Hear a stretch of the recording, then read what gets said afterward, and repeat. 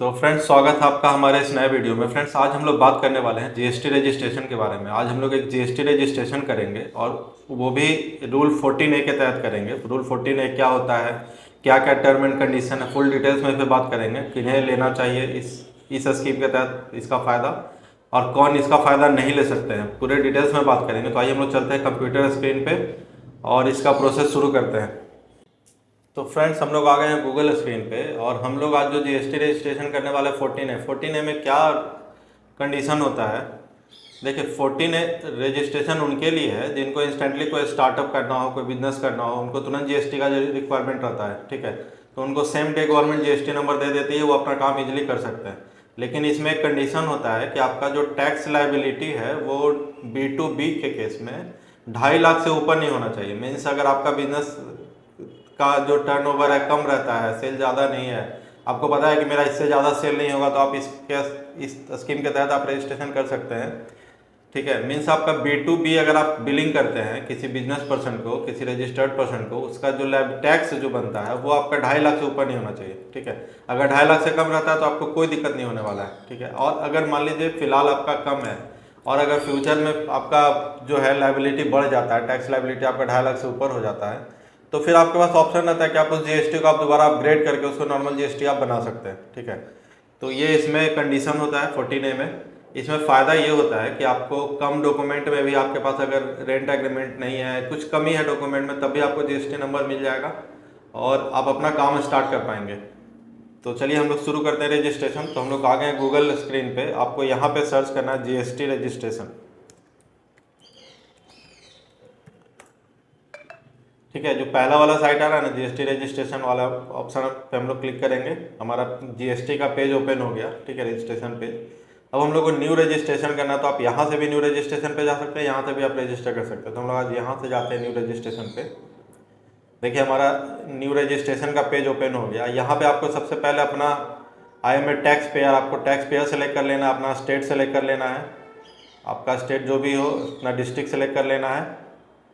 ठीक है, इसके बाद आपको अपना पैन नंबर डालना है। आपका जो भी पैन नंबर है यहाँ पैन नंबर डाल दीजिए। लीगल नेम पहले डालना है आपको, अपना जो नाम है आपका पैन कार्ड में जो नाम है वो नाम यहाँ डालना है। इसके बाद पैन नंबर डालना है, ईमेल आईडी, मोबाइल नंबर। ठीक है, इसके बाद फाइनली आपको कैप्चा कोड डालना है, प्रोसीड करना है। टीआरएन आ जाने के बाद आपको यहाँ से रजिस्ट्रेशन करना है। ठीक है, रजिस्टर वाले पेज पे गए और यहाँ पे टेम्प्रोरी रजिस्ट्रेशन नंबर पे क्लिक किए। यहाँ पे आपको अपना टीआरएन नंबर डालना होगा। तो टीआरएन नंबर हमारा देखिए मेल पे आ गया है। तो यहाँ पे हम लोग अपना टीआरएन नंबर डाल देते हैं। ठीक है, ये कैप्चा कोड डाल दिया, प्रोसीड पे क्लिक किए। अब आप जैसे ही प्रोसीड पे क्लिक करेंगे तो आपके ईमेल पे एक ओटीपी आ जाएगा। उस ओटीपी को यहाँ डाल देना है ताकि आपका अकाउंट फिर से लॉगिन हो जाए। तो फाइनली फ्रेंड्स, हमारा जो अकाउंट है वो लॉगिन हो गया। हम लोग आ गए हैं लॉगिन पेज पे। अब यहाँ पे देखिए क्या करना है आपको। यहाँ पे एक्शन के नीचे जो पेंसिल वाला आइकॉन है ना, इस आइकॉन पे क्लिक करना और आपको अप्लीकेशन फॉर्म फिलअप करना है। देखिए, सबसे पहले तो आपका यहाँ पे नाम आ रहा है, जो आप नाम डाले थे वो नाम आ गया, आपका पैन नंबर आ गया। अब आपको यहाँ पे ट्रेड नेम डालना है। वहाँ पे हम लोग बिजनेस नेम नहीं डाले थे, अपना नाम डाले थे। अब यहाँ पे आपको अपना बिजनेस का नाम डालना है, आपका जो भी फर्म का नाम है वो यहाँ पे डालना है। ठीक है, तो यहाँ पे हम लोग अपना बिजनेस का नाम डाल दिए हैं। आपको अपना कंस्टिट्यूशन ऑफ बिजनेस सेलेक्ट कर लेना है, पार्टनरशिप है, प्रोप्राइटरशिप है, जो भी आपका है बिजनेस, जिस कंस्टिट्यूशन का, आपको वो सेलेक्ट कर लेना। तो मेरे केस में जो है प्रोप्राइटरशिप है। अगर आप इंडिविजुअल फॉर्म बना रहे हैं अपना, तो आपका बिजनेस जो है प्रोप्राइटरशिप ही होगा। ठीक है, आपको ध्यान देना, आपका प्रोप्राइटरशिप हुआ। यहाँ पे प्रोप्राइटरशिप सेलेक्ट कर लिए। अब देखिए यहाँ पे आपका option for registration under rule 14A, जो हमने 14A का बात किया था, यही 14A। यहाँ पे अगर आप यस पे क्लिक कर देते हैं तो आपका रजिस्ट्रेशन 14A में होगा। अगर आप नो पे कर देते हैं तो आपका रजिस्ट्रेशन नॉर्मल जीएसटी में होगा। नॉर्मल जीएसटी के केस में आपको भी जीएसटी नंबर मिलता है, लेकिन थोड़ा सा उसका प्रोसेस लेंदी होता है। आपको जीएसटी रजिस्ट्रेशन करना है, डॉक्यूमेंट सब कुछ सही से सबमिट करना है। अब बहुत सारे स्टेट में बायोमेट्रिक वेरिफिकेशन चालू हो गया। मीन्स आपको जाना होगा, जैसे आप पासपोर्ट के लिए आप जो बुक करते थे ना, टाइम स्लॉट बुक करना पड़ता था आपको वेरिफिकेशन के लिए, डॉक्यूमेंट वेरिफिकेशन के लिए। सेम प्रोसेस जीएसटी में हो गया। आपको सारा डॉक्यूमेंट्स लेकर जाना होगा जीएसटी ऑफिस, और वहाँ पे आपको जो भी टाइम स्लॉट आप सिलेक्ट किए हैं उस टाइम स्लॉट पे जाना होगा। वहाँ पे जाकर आपका बायोमेट्रिक ऑथेंटिकेशन होगा। उसके बाद आपका डॉक्यूमेंट जीएसटी आपका बनकर तैयार होगा। ठीक है, तो थोड़ा सा प्रोसेस लेंदी है, लेकिन वो भी सही है, कोई दिक्कत नहीं। अगर आपके पास टाइम है, 10 दिन, 15 दिन, 1 महीना का समय है, तो आप नॉर्मल जीएसटी रजिस्ट्रेशन करें, ज़्यादा बेटर होगा, आपको आगे का लफड़ा नहीं होगा। क्योंकि बिजनेस का कुछ पता नहीं होता, हो सकता है अभी आपका सेल कम हो, आगे जाके आपका सेल बढ़ जाए, तो फिर आपको दिक्कत होगा लास्ट में। ठीक है, तो यहाँ पे हम लोग देखें, हम लोग रूल 14 में ही करेंगे, क्योंकि हमारा जीएसटी में मतलब क्लाइंट का जो जीएसटी है उसमें उतना टर्नओवर होने का चांस बहुत कम है। अगर होगा तो फिर बाद में हम लोग चेंज कर लेंगे इसको। तो यहाँ पे अब हम लोग देखें रीजन टू ऑब्टेन जीएसटी। अगर आप मान लीजिए जीएसटी लेने जा रहे हैं ई कॉमर्स बिजनेस के लिए, तो यहीं पे आपका ऑप्शन है, ठीक है ना, e commerce operator selling through e commerce portal, आपको ये सेलेक्ट कर लेना है। Inter state supply crossing threshold, यहाँ पे बहुत सारा ऑप्शन, आप अपने अनुसार आपको जो भी आपके बिजनेस के लिए सुटेबल है आपको वो कर लेना। अगर नहीं कुछ समझ में आया तो आप इंटर स्टेट सप्लाई भी डाल सकते हैं, ठीक है, क्योंकि अगर आप दूसरे स्टेट से आपका बिजनेस चल रहा है तो बिना जीएसटी का आपका बिजनेस नहीं हो पाएगा। Date of commencement of business, हम लोग आज का डेट डालेंगे, क्योंकि आज ही हम लोग बिजनेस, जब जीएसटी रजिस्ट्रेशन होगा तभी तो बिजनेस स्टार्ट होगा। तो हम लोग date of registration, date of commencement आज का ही डाल रहे हैं। अगर आपके केस में पहले से आपका रजिस्टर्ड है बिजनेस, मान लीजिए आप बिना जीएसटी का बिजनेस कर रहे हैं, तो आप अपना जो भी आपका डेट हो आप यहाँ पे डाल सकते हैं। इसके बाद हम लोग डेट ऑफ लायबिलिटी, ये भी हम लोग आज का ही डालेंगे, आप अपने अनुसार देख लीजिए। इसके बाद यहाँ से कुछ नहीं करना, हम लोगों को सेव एंड कंटिन्यू कर देना, ठीक है। तो हम लोग का पहला पेज सबमिट हो गया है। अब हम लोग सेकंड पेज में आ गए। यहाँ पे आपको अपना पर्सनल इन्फॉर्मेशन डालना है, ठीक है, आपका अपना इन्फॉर्मेशन। तो नाम तो आपका पहले से फिल किया हुआ, आपको यहाँ पे अपना फादर नेम डालना है। फादर नेम आपको पैन कार्ड से देखकर डालना है। अगर आप फीमेल हैं तो फीमेल के केस में फिर फादर नेम ही डालना है, हस्बैंड का नाम यहाँ पे नहीं डालना है, ठीक है, इस बात का ध्यान रखिएगा। तो यहाँ पे हम लोग अपना फादर नेम डाल दिए, डेट ऑफ बर्थ डाल दिए, मोबाइल नंबर और जीएसटी में जो ईमेल आईडी देना है वो ईमेल आईडी यहाँ पे डाल दिए, ठीक है। तो आपको यहाँ पे अपना जेंडर सेलेक्ट कर लेना है, मेल फीमेल जो भी आपका है आप सेलेक्ट कर लीजिए। और यहाँ पे आपको लिख देना प्रोप्राइटर। अगर आप प्रोप्राइटरशिप सेलेक्ट किए थे ना, तो आपको यहाँ पे प्रोप्राइटर लिखना है। पार्टनरशिप सेलेक्ट किया तो पार्टनर लिखना है। अगर आपका प्राइवेट लिमिटेड है तो डायरेक्टर लिखना है। एलएलपी है तब भी डायरेक्टर लिखना है। जो भी आपका बिजनेस में आपका जो भी रोल है आपको यहाँ पे लिख देना है, ठीक है। इसके बाद आपको स्क्रॉल डाउन करना है। अब आपको यहाँ पे अपना एड्रेस डालना है, बिजनेस का एड्रेस नहीं, आपका जो अपना एड्रेस आधार में है वो एड्रेस डालना है यहाँ पे, ठीक है। तो फ्रेंड्स यहाँ पे हम लोग अपना पूरा एड्रेस डाल दिए, जो हमारा आधार कार्ड में एड्रेस था हम लोग सेम एड्रेस यहाँ पे डाल दिए। अब आपको यहाँ से अपना फोटोग्राफ अपलोड करना है। तो फोटोग्राफ आप कोई सा भी अपलोड कर सकते हैं, जो आपका फोटोग्राफ हो, फ्रंट से लिया हो, कैप नहीं पहने हो, आँख खुला हो, सब कुछ अच्छा से डालिए। यही आपका जो फोटोग्राफ है जीएसटी सर्टिफिकेट में आएगा, ठीक है। तो फोटोग्राफ जो अच्छा हो आप वही डालें। तो फ्रेंड फोटोग्राफ अपलोड करने के बाद आपको यहाँ पे ऑल्सो ऑथोराइज सिग्नेटरी को ऑन कर देना है, सेव एंड कंटिन्यू पे क्लिक करना है, ठीक है। इसके बाद आपको यस कर देना है। तो आपका जो है सेकंड पेज भी आपका पर्सनल इन्फॉर्मेशन वाला भी पेज आपका कंप्लीट हो गया। अब यहाँ पे देखिए इस पेज में आपको कुछ नहीं करना है, प्राइमरी ऑथोराइज सिग्नेटरी को ऑन कर देना है, स्क्रॉल डाउन करना है, सेव एंड कंटिन्यू कर देना है। सेकंड पेज आपका, थर्ड पेज भी हो गया complete.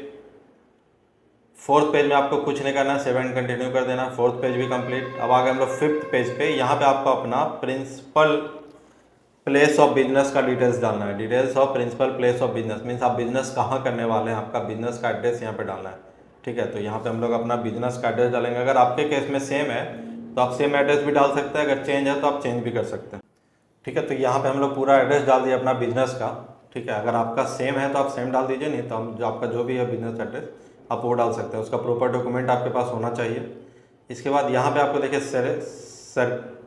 Sector, circle, ward, charge, unit, ये आपको सेलेक्ट कर लेना है। तो ये आपको, अगर आपको नहीं पता आपका सेक्टर क्या है, वार्ड क्या है, तो आप यहाँ पे जो लिंक है ना, यहाँ से आप अपना जिला वगैरह डालकर आप यहाँ से आप इजीली निकाल सकते हैं। अगर पता है तो आप सीधा डाल दीजिए, नहीं तो आप यहाँ से आप देख सकते हैं। तो हम लोग को पता है, हम लोग डाल दे रहे हैं सीधा, ठीक है। तो इसके बाद आपको नेचर ऑफ प्रोसेसन ऑफ बिजनेस डालना है। मीन्स आपका बिजनेस का जो प्रोसेसन है, जो जगह है आपका प्रेमिसेस जो है वो आपका खुद का है, रेंटेड है, क्या है, आपको वो डाल देना है, ठीक है। तो मेरे केस में रेंटेड है, तो हम लोग यहाँ से रेंटेड डाल सकते हैं। अब आपको यहाँ से आपका बिजनेस का टाइप सेलेक्ट करना, आपका बिजनेस का जो नेचर है, नेचर ऑफ बिजनेस एक्टिविटी, आप क्या क्या करने वाले हैं इसमें वो सेलेक्ट करना, ठीक है। तो हमारा जो बिजनेस है वो एडवर्टाइजिंग एजेंसी का है। तो हमारा जो बिजनेस है वो एडवर्टाइजमेंट एजेंसी है इनका, तो इसके अनुसार हम लोगों को अपना सेलेक्ट कर लेना है। तो सीधा एक तो वर्क कॉन्ट्रैक्ट भी आप ले सकते हैं, रिटेल होलसेल ले सकते हैं, सप्लायर ऑफ सर्विसेज ले सकते हैं, recipient of goods and services ले सकते हैं, ठीक है। तो इतना चीज़ हम लोग ले लिए। इसके बाद सेव एंड कंटिन्यू पे क्लिक करेंगे, यहाँ से यस कर देंगे। अब आपका 5 पेज पूरी तरह से कंप्लीट हो चुका है। अब हम लोग 6 पेज में आ गए। 6 पेज में आपको कुछ नहीं करना है, सिर्फ कंटिन्यू कर देना है, ठीक है। अब देखिए 7th पेज में आपको अपना बिजनेस का HSN और SSC कोड डालना है। अगर आपका सर्विस का बिजनेस है तो तो आपको SAC कोड डालना है। अगर सेल परचेज है तो आपको HSN कोड डालना है। तो हमारा तो सर्विस है, एडवर्टाइजमेंट का काम है, तो इसका हम लोग SAC कोड कहाँ से निकालेंगे? सीधा आप गूगल कर लेना, आपको गूगल पे जाना, आपको सर्च कर लेना है। SAC कोड डालकर हम कंटिन्यू किए। कंटिन्यू करने के बाद आपको फिर से सेव एंड कंटिन्यू करना है। ये पेज में भी आपको कुछ नहीं करना है। ये पेज आधार ऑथेंटिकेशन का है। यहाँ पे आप अपना डिटेल्स एक बार वेरीफाई कर सकते हैं जो आधार में दिया हुआ सही है या नहीं। इसके बाद आपको सेव एंड कंटिन्यू कर दीजिए, ओके कर दीजिए। इसके बाद हम लोग आ गए लास्ट पेज पे। लास्ट पेज में आपको कुछ नहीं करना है। यहाँ पे आपको आई हेयर बाई पे आपको टिक कर देना है। यहाँ से आपको अपना नाम सेलेक्ट कर लेना है। आपको अपना यहाँ पे प्लेस लिख देना है, जो भी आपका प्लेस है आपको प्लेस लिख देना है। सबमिट विथ EVC, ठीक है। तो अब आपके ईमेल आईडी पे और मोबाइल पे भी दोनों पे EVC आएगा। इस EVC को यहाँ डाल देना, आपको फाइनली सबमिट कर देना। वैलिडेट OTP, यहाँ पे EVC डालने के बाद आपको वैलिडेट OTP पे क्लिक करना। अब आपका जो काम है लगभग 99% कंप्लीट हो गया, सिर्फ 1% बचा है आधार वेरिफिकेशन, आधार ऑथेंटिकेशन का। तो फ्रेंड्स EVC से वेरीफाई करने के बाद आपके मेल पे एक eKYC का मेल आता है। eKYC ऑथेंटिकेशन हम लोगों को करना होता है आधार के थ्रू। तो देखिए हमारे मेल पे हम लोग आ गए हैं कंप्यूटर स्क्रीन पे, सॉरी। तो देखिए हमारे मेल पे इंटीमेशन फॉर आधार ऑथेंटिकेशन आया हुआ है। इस पर हम लोग क्लिक करेंगे यहाँ से, और यहाँ पे आपको जो क्लिक है ब्लू कलर में दिख रहा है, आपको ये क्लिक करना है। इसके बाद आपको कुछ नहीं करना है। यहाँ पे आपको कंसेंट पे टिक कर देना है और आपको अपना आधार नंबर सेलेक्ट करके आधार नंबर डाल देना है। यहाँ पे आपका जो भी आधार नंबर है आप यहाँ पे अपना आधार नंबर डाल दीजिए। 12 डिजिट का आधार नंबर होता है। पूरा आधार नंबर डाल देने के बाद आपको वैलिडेट आधार नंबर पे क्लिक करना है। अब आपका जो आधार वाला नंबर है उस पर एक OTP जाएगा। OTP जाने के बाद आपको यहाँ पे वेरीफाई कर देना है। तो फ्रेंड्स हम लोग OTP यहाँ पे 6 डिजिट का OTP हमारे मोबाइल पे जो वो डाल दिया। अब आपको यहाँ से वैलिडेट OTP करना है। इसके बाद आपका जो आधार ऑथेंटिकेशन सक्सेस का मैसेज आ जाएगा। देखिए आपके स्क्रीन पे आ गया। अब आपको यहाँ से ओके कर देना है, और अब आपको वेट करना है आधे घंटे 5 घंटे के अंदर आपके जीमेल पे आपका पैन नंबर से बना हुआ जो GST है वो GST का पूरा क्रेडेंशियल आ जाएगा, ID पासवर्ड आ जाएगा। अब उस क्रेडेंशियल से हम लोग सर्टिफिकेट कैसे डाउनलोड करते हैं, यूजर ID कैसे बनाते हैं, अगर आप ये जानना चाहते हैं तो नेक्स्ट वीडियो में हम लोग इस पे चर्चा करेंगे। तो आप हमारे चैनल को सब्सक्राइब कर लीजिए। और अगर आप हमारे थ्रू ये GST रजिस्ट्रेशन लेना चाहते हैं या फिर किसी भी तरह का सर्विस आप लेना चाहते हैं तो हमारा व्हाट्सअप नंबर डिस्क्रिप्शन में आप हमसे कांटेक्ट कर सकते हैं। तो आपको ये आज का वीडियो कैसा लगा कमेंट करके जरूर बताइएगा। वीडियो अच्छा लगा हो तो एक लाइक कर दीजिए, प्यारा सा कमेंट कर दीजिए और चैनल को सब्सक्राइब कर दीजिए। तब तक के लिए बाय।